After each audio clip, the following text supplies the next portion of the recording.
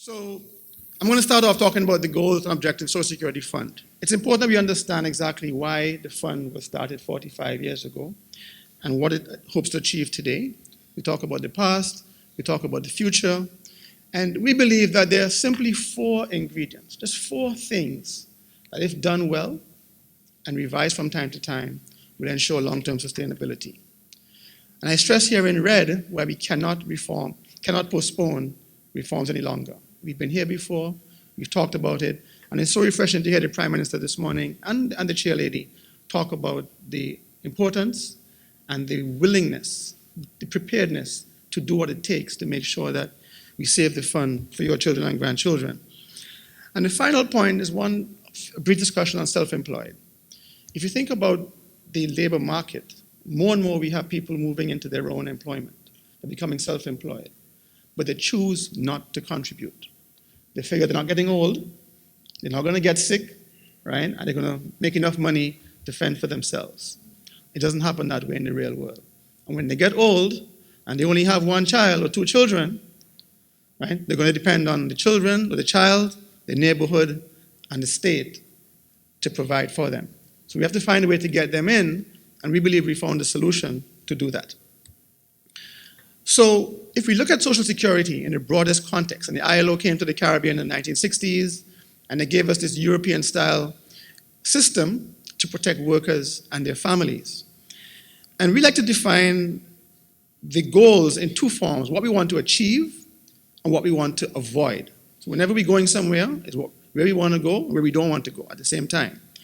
And so we think that a comprehensive system of social protection, that's the ILO word, social protection, that reflects St. Kitts and Nevis value system. Not Barbados, not Trinidad, not Germany. It has to reflect your value system. It has to evolve with changing circumstances, economic, social, and other, political, and so on.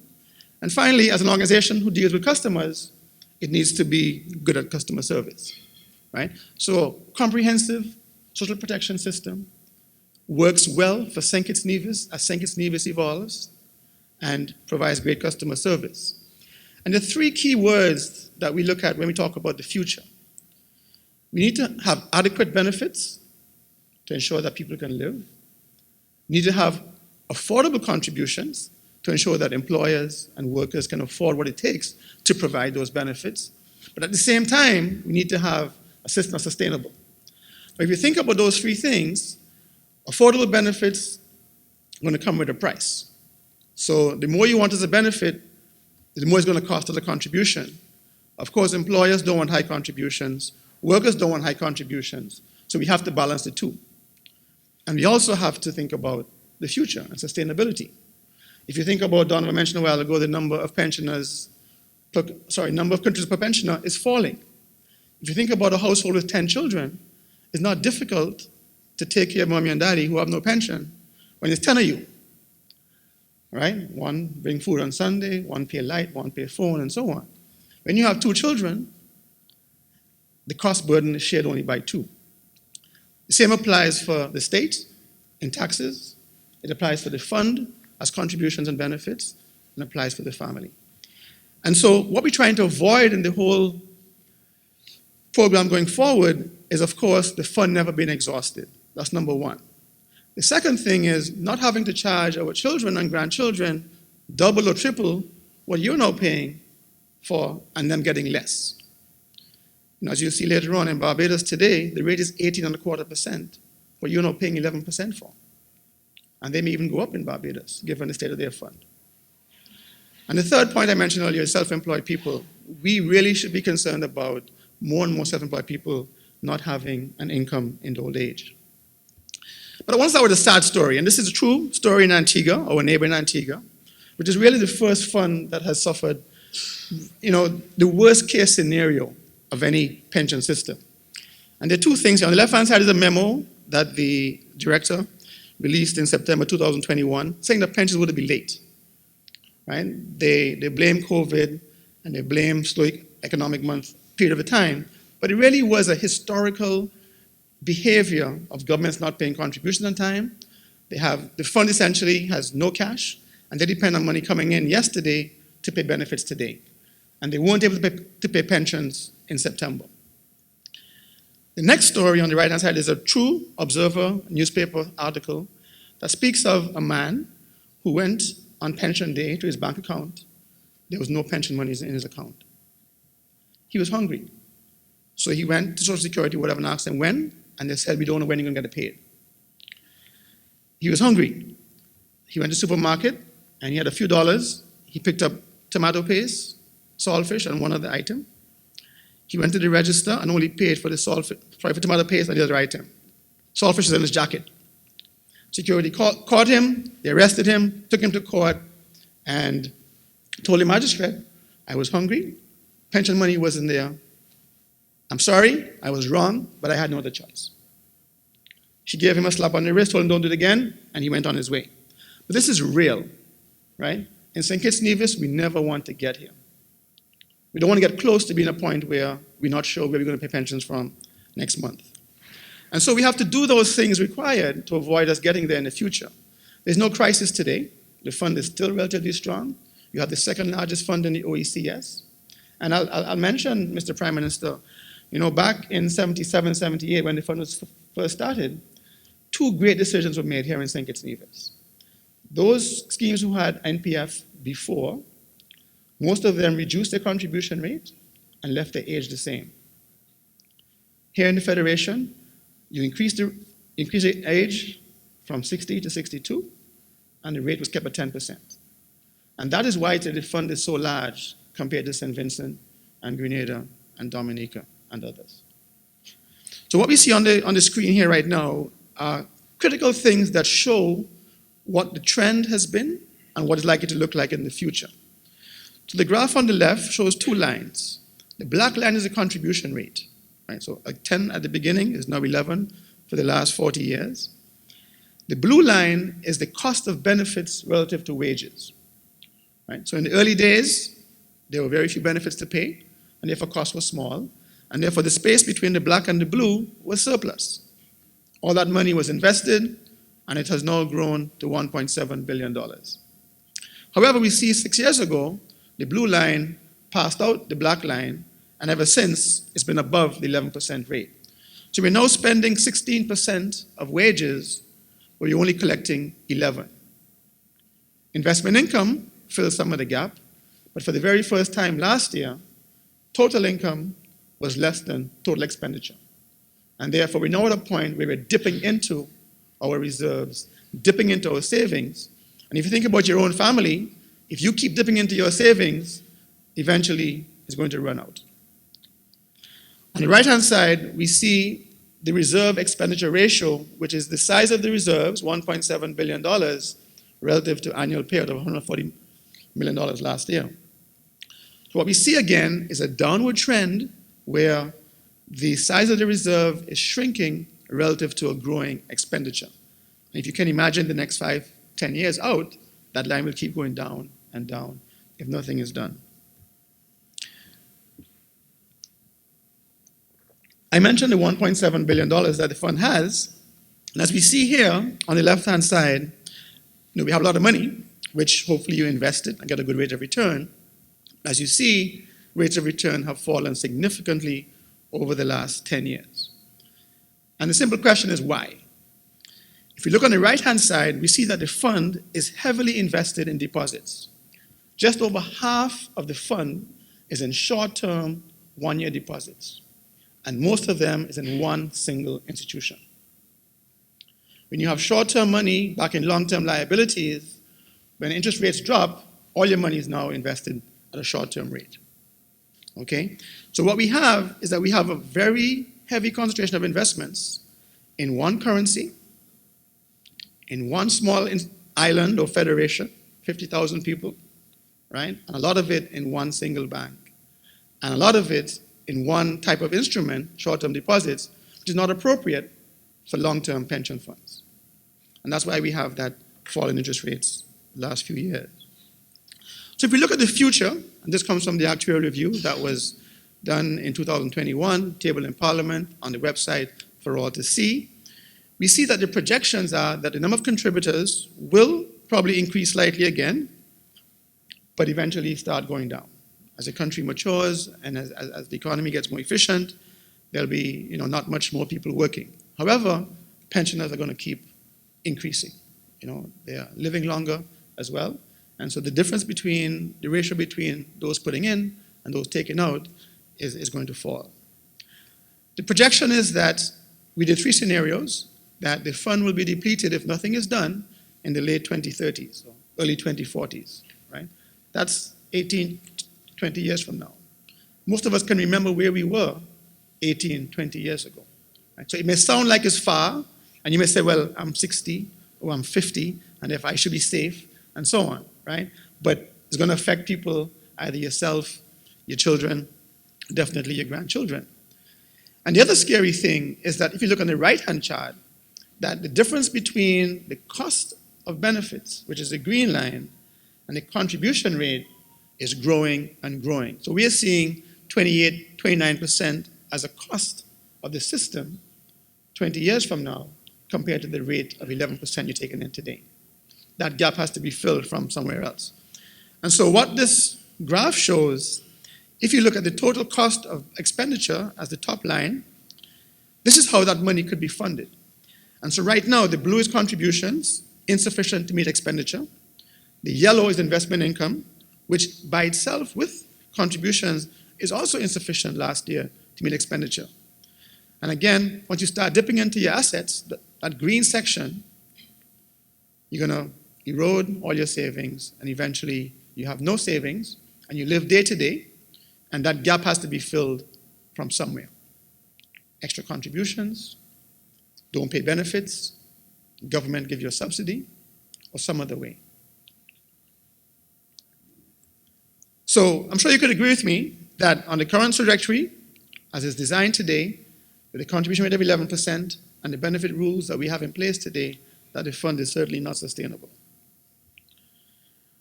And just to share with you some information on the Caribbean. So you aren't alone. You aren't alone. You're probably the one who's made the least number of changes over 45 years. Grenada has also not made many changes. And most of the countries in the Caribbean are now on either Reform 1.0 or some are Reform 2.0. Barbados is there again, St. Vincent is there again, Antigua is there again. Montserrat just made some radical changes in April where essentially they've eliminated early pension, so there are no new pensions for the next 5 years because the fund's going to be depleted in 2027. Bahamas is 2028. St. Vincent is shortly thereafter. So there are several funds in the Caribbean that, if nothing is done, are going to be exhausted within the next 10 years. It doesn't mean there's no more fund. It doesn't mean no more Social Security. It just means that you either have to find additional money to fill that gap or not pay pensions in January and June. Right? Instead of paying 100%, you're going to pay 80%. Right? We don't want to get there. We don't want to get there. So contribution rates on the right-hand side, that is probably too small for you to see, but essentially contribution rates are going to be 15% across the OECS within the next 5-10 years. Right? Most people are moving there already. Antigua, Dominica, and Montserrat and St. Vincent already have progressions in place. They're in the law. It's going to happen every year or every other year by small amounts. So it's a small little bit of medicine every January. You increase slightly.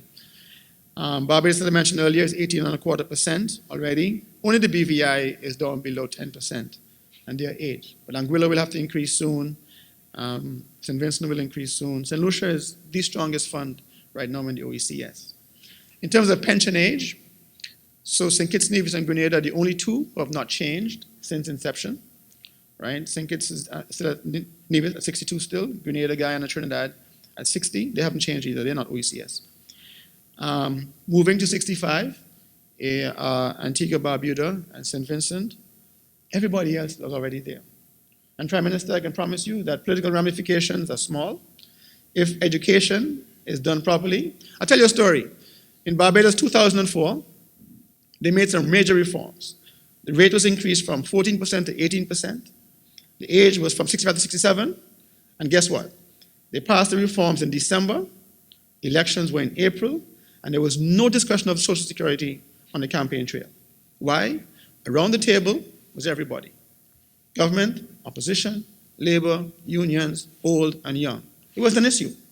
They killed the issue before elections. It can be done here in St. Kitts Nevis too, I'm sure.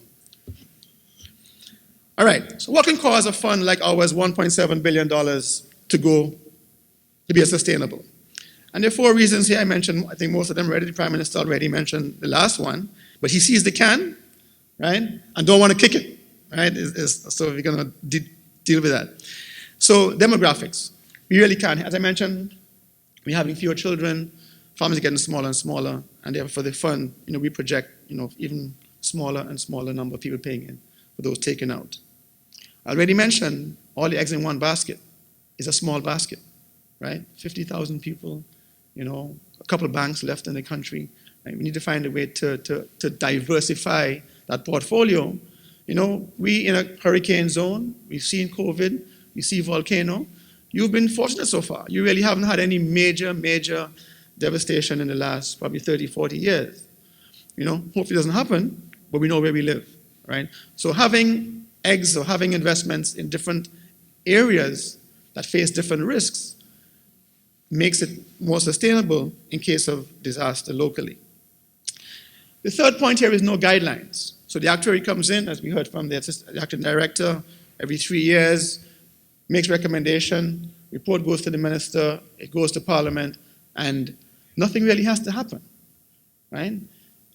What we need to find a way is to put some guidelines in place, set some targets, and if those targets don't look like they're going to be met, something has to be done. We're going to not force, but the minister and the government has to react to say, well, the actuary is projecting this, it falls short of the target, and therefore we have to do something to make sure we're back in balance and stay on that path to a fund that we can be proud of to be sustainable for generations to come. And as we've heard before, kicking the can down the road, and as you can imagine, if you have diabetes and you lose your toe, then you lose your foot, then you lose your leg, it gets worse and worse over time. And the medicine becomes bitterer, that's a word, more bitter and more bitter, right?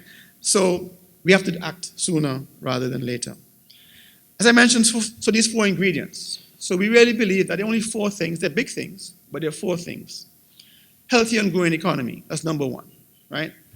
Almost everything from a business standpoint, from a human standpoint, goes better when the economy is going better, right? And so, we have a government, and they're the ones who are going to be going out looking for foreign investment, local investment, making St. Kitts Nevis more attractive to those people who want to come in and invest locally to create more jobs, to create higher paying jobs, and in so doing, makes the fund stronger. Then we have good design. I mentioned it's 45 years old, looks the same as it did 45 years ago. Is it still relevant in its current form and shape for the next 45 years? And so we have to decide for St. Kitts Nevis whether or not the benefits need to be relooked at. We take away some, we add some new ones, or do things differently to ensure that what we offer is what St. Kitts Nevis needs at this time, right? And we also have to balance those 3 things: the affordability of benefits, the adequacy of benefits, affordability of contributions, and long-term sustainability. We have to find that sweet spot, right? So we can balance those 3 things. And then technology, as I think even the Prime Minister mentioned, Social Security has not lived up to advancing technology. We have the funds, but it's not your loan, across the region, right?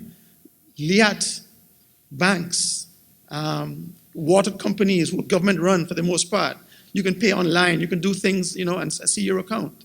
We have not kept up with the times. And so it's important that those investments are made to be more efficient, So when a child is registered, Social Security doesn't have to go and find out from some other way. It comes automatically via an email, or when someone dies, right? I found out yesterday that when someone dies, there's no automatic contact between the registrar of deaths and Social Security, right? It's possible to pay benefits longer than the person has lived. So we have to fix those things. And probably more importantly, I think, is the fact that we need to find a way to ensure that people who are supposed to pay only get a business license renewed, or only get to drive taxi, or get to be a doctor or a lawyer in the private sector if they're compliant with Social Security, right? Checks and balances in place. If you don't pay on the right hand, you can't practice on the left hand, right? It happens in the US, it happens in Canada, it happens all over the international, all over the big countries. We need to find a way in the Caribbean to let the system speak to one another, and let's make sure that everybody's compliant to make the system better. And finally, and probably the most important one, is honest and responsible government. When people say good governance, it's honest and responsible. And this means more than just not being corrupt, not thieving, right? Or not hiring your friends and firing your enemies. That's not what this is all about. This is about being proactive, right?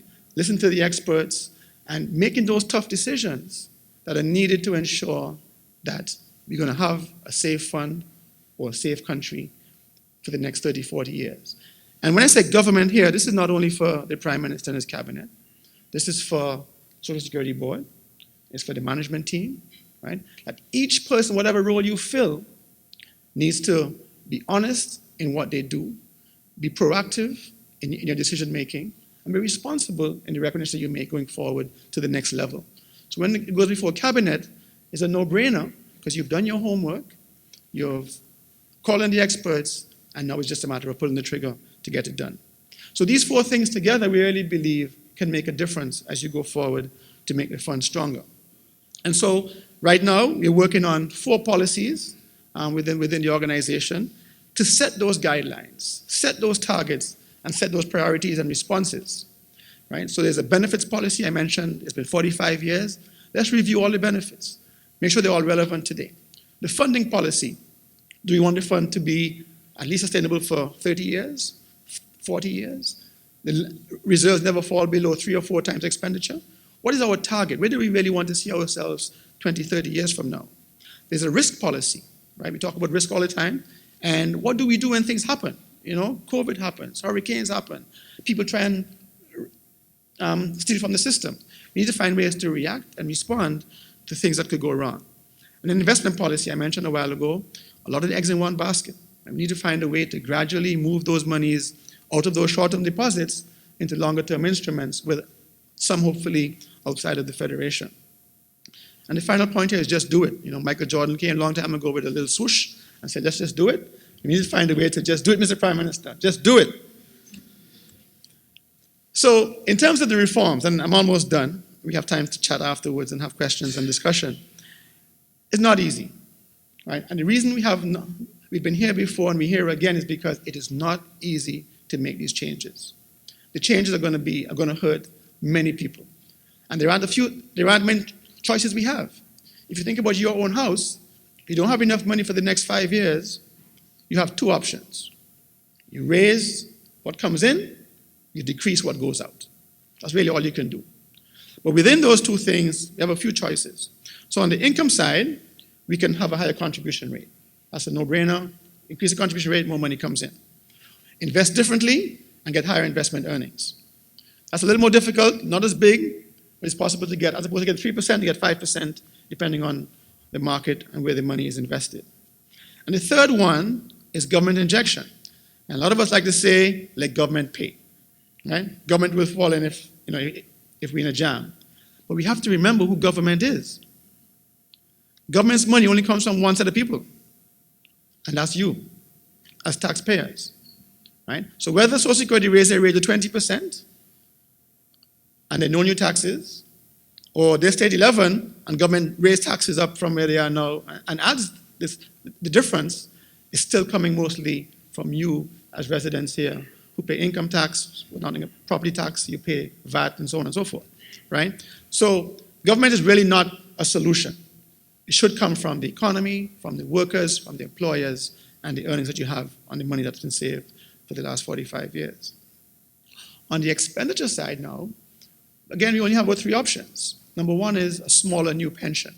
So we have a pension formula right now, and the formula says you get 30% for the first 10 years and so on and so forth.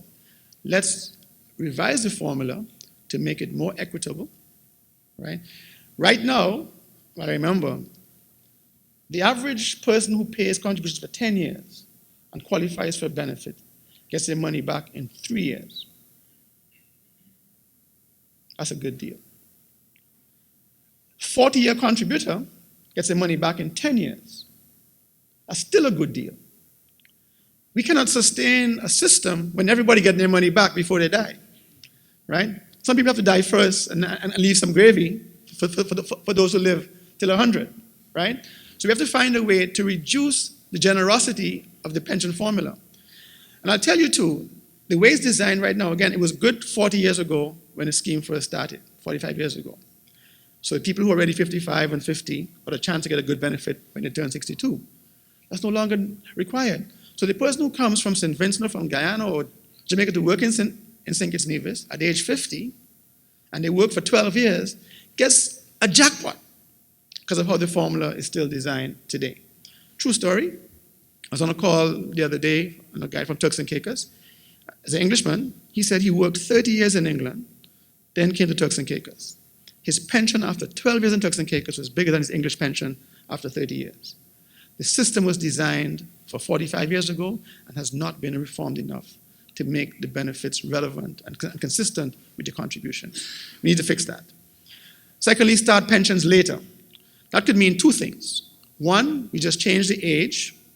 We increase 62 to 63, 4, 5, maybe even 6 and 7, right? But we have to be careful. I think last time the reform discussions went on, there was a misunderstanding. 62 was never going to go away. It was going to remain as the first age for a reduced pension. A lot of people thought it was going to go away and you have to work 3 more years to get it, right? And so the idea is a phased approach to 65 or 67, depending on what you decide. It'll happen maybe 1 year every 2 years or 6 months every year, whatever. So you gradually get there over 10, 12 years, right? Those people who are close to 62 now will not be affected much. It might be a small reduction or no reduction depending on when we start the reforms, right? It has to be done in a way that is fair to both those who are close to 62 and those who are younger. And the other one, we can change the age pension to a retirement pension. I could bet that almost all of the people in this room who are over 62 are still earning a salary or some form of income, right? It's nice if it's you to be able to get a pension and a salary. But as we see, it's not good for the fund. And so in some countries, even from the beginning, they had a retirement benefit where you actually had to retire below a certain age. And so the idea could be move into a retirement benefit up to age 65 or 67. So once you're still working for a certain amount of money, you're going to get no pension and then pension thereafter. You know, so Grenada is just about where you are today with a relatively new government and postponed reforms for years. On April 1, they're going to introduce unemployment benefit for the first time. Unemployment, been discussed here before. In June, they're going to go to a new approach for self-employed contributions. I'll show you what it's going to look like in a little while. And then hopefully next year, January 2024, they're going to start the reforms on the pension side, with the age going up, contribution going up, and so forth, and then change from an age pension to a retirement pension. So you aren't alone, right? Many countries are doing this. The third option is to have a smaller cost of living adjustment, right? In which case we can, instead of giving pension increases every 3 years, maybe defer them or make them smaller so that the pensioners also share in the burden of trying to make the fund more sustainable. You know, Madam Chair mentioned a few things that need to be looked at. And, you know, so you have these two funds, or this fund right now, this severance fund, not sustainable. You know, it's not being it's not well designed and well managed. And you also have a long service gratuity, which is a bit, you know, it's not good for the labor market. We have this 10-year lump sum payment that people can resign today, get a check tomorrow, and come back on the same job the following day, and so on. It's not good. Only in 2 sectors, right? So we need to look at that and possibly replace both of those by a formal, like unemployment benefit, short-term benefit, like sickness and maternity. So involuntarily loss of work, you apply Social Security, you get a benefit for up to 10 weeks, 13 weeks. You know, the Bahamas implemented it in 2008. As I said, Grenada is going to implement it on April 1. Turks and Caicos was April 1 last year. So more and more we see the need for unemployment. During COVID, most governments kicked in with a program, but every single day, folks get unemployed for some different reason. It happens, right? And then, as the Prime Minister mentioned, national health insurance. Across the region, they talk about NHI. And I'll tell you, from my experience, the money is already there. Yes, a premium may be charged to collect the money up front, but all of us in some way contribute to health right now, either out of our own pocket when we need it, our auntie, or our neighbor, or something. We all contribute right now. And so if we can make the health system in the public sector more efficient, right? And we can find a way to have a fund to pool our resources. So when you need something urgent, or even outpatient visit, right? There's no cost to you, and you go early to prevent you from getting major illness down the road. Final slide, self-employed. So what we want to propose is a system where there are no forms, there's no due dates, there's no amount to pay every month, and there's no penalties, right? The taxi man is having a good winter. Cruise ships are coming, airport is full, he's making his money now. Let him pay all his contributions for 2023 now, right? He has the money now. Another sector might have nothing right now. Fishermen can't fish because the water rough, right? So when they get the fishermen, they go back out, whatever, and they have their money, they could pay all in June. Let's meet them where they are through their system. What we have right now has worked well for employed people. It doesn't work well for them.